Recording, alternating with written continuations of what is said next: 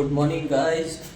भाई रात को मेरे साथ ऐसा हुआ कि कुछ आवाज़ें आ रही थी तो मुझे लगा कि चोर आ गए और बाबा पिटेगा। क्यों? क्या हुई? क्योंकि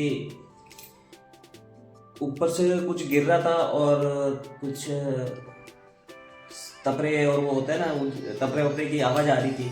मतलब ऐसा लग रहा था कि कोई कुछ काट रहा है, कुछ तोड़ रहा है। तो मुझे ऐसा लगा कि भाई मेरे पीछे वाला दरवाज़ा कोई ना कोई खोलने की कोशिश कर रहा है। और मेरी इतनी हिम्मत नहीं कि भाई मैं जाके देख लूँ, क्योंकि भाई अपन रहते हैं अकेले। मैं कहा भाई आज तो पिटा मनोज गया तू तो बाबा। लेकिन फिर मैंने अपना हिम्मत दिखाई। मैं कहा बाबा डरने से काम नहीं चलेगा, डर गया तो मर गया। तो मैं बताता हूँ कि वो एक्चुअल में हुआ क्या था, किसकी आवाज़ थी।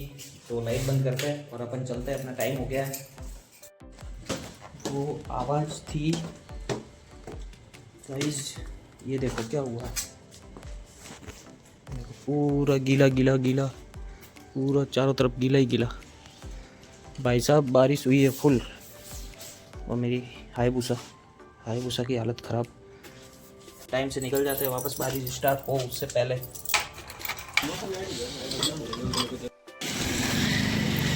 सो गाइज ये वाली रोड ही पूरे बाशनी क्षेत्र में सही है। बाकी रोडों की हालत इतनी गंदी है, छोटे छोटे खड्डे तो यहाँ पे भी है। देखो ये बड़ी अच्छी बात कही आप। का क्या हुआ? नहीं गाइज मैं हॉस्पिटल आ गया और पेशेंट की लिस्ट देख रहा था कि कितने पेशेंट एडमिट हुए, मतलब नाइट में कोई एडमिट हुआ या नहीं हुआ। ये देखो वो नहीं, मतलब उसका तो जो बारिश हुई है जोधपुर में, उसका एक ही कारण है, वो है ये। हाँ इसने एकदम पाप करें भाई।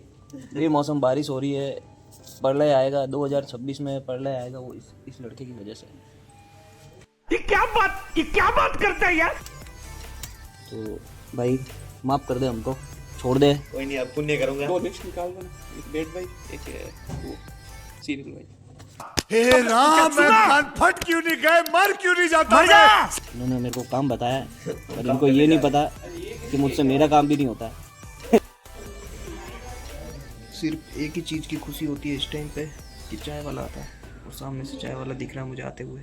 तो ऐसा लग रहा है दिल गार्डन गार्डन हो रहा है। किस्मत इतनी खराब, चाय खत्म। फाइनली अच्छी चाय आ चुकी है। वैसे अब खाना डल रहा है, लंच टाइम। और ये बाबा तो वापस लेने आया है।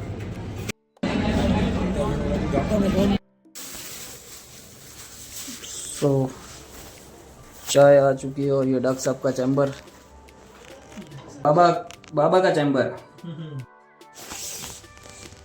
तो गाइस घर जाने का टाइम हो चुका है और बज गए हैं 6। तो अब घर निकल जाते हैं इज्जत से।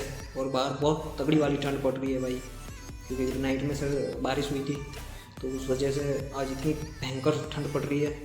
और भाई मुझे तो बाइक पे और जाना, मर जाऊँगा आज मैं।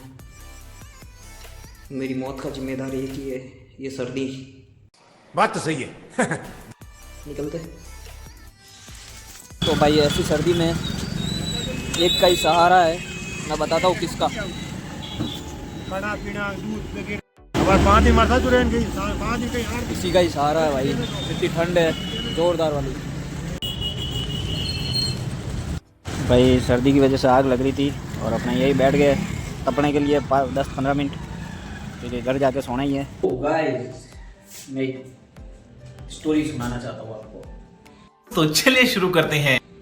एक बार एक गांव से एक ट्रक निकल रहा होता है, ट्रक रोड से गुजर रहा होता है। तो उस ट्रक वो धान की बोरियां लेके जा रहा होता है। तो उस धान की बोरी में से एक धान की बोरी रोड पे गिर जाती है। वो रोड पे गिर जाती है तो गिरते ही फट जाती है। तो फटते ही रोड के किनारे गिरती है। तो धान गिरा हुआ है तो पहले एक पक्षी आता है, चिड़िया आती है, जो धान एक एक करके चुगती है वहीं बैठे बैठे। फिर कौवा आता है, वो भी धीरे धीरे वहीं बैठा बैठा चुग रहा होता है। फिर कबूतर आता है, तो वो भी धान चुग रहा होता है, वहाँ पे बैठा बैठा गेहूँ चुग रहा होता है। फिर कुछ और पक्षी आते हैं, वो एक एक करके वहाँ बैठे बैठे सारे पक्षी चुग रहे होते हैं और गेहूँ के दाने वो चुग रहे होते हैं। उसी टाइम एक दूर से एक आदमी को दिखता है कि वहाँ भाई वहाँ पे कोई बोरी गिरी है, तो चलो देख के आते हैं। तो भगते हुए आता है, भगकर आता है और सारे पक्षियों को भगा देता है, उड़ाता है। उसको दिख जाता है कि भाई गेहूँ की बोरी है तो बढ़िया 50 किलो गेहूँ गिरे है, तो वो गेहूँ फटाफट भरता है और सारे पक्षियों को उड़ा देता है। पक्षी उड़ते हुए चौच में उनके 2 दाने 3 दाने, उतना आज जितना पेट भर सके उतना जितना आ सका आज का उन्होंने खा लिया और 1-2 दाने चौच में भर के उड़ गए। लेकिन वो बुजुर्ग आदमी धान की बोरी में गेहूँ भरता है, बोरी पैक करता है और लेके घर चला जाता है।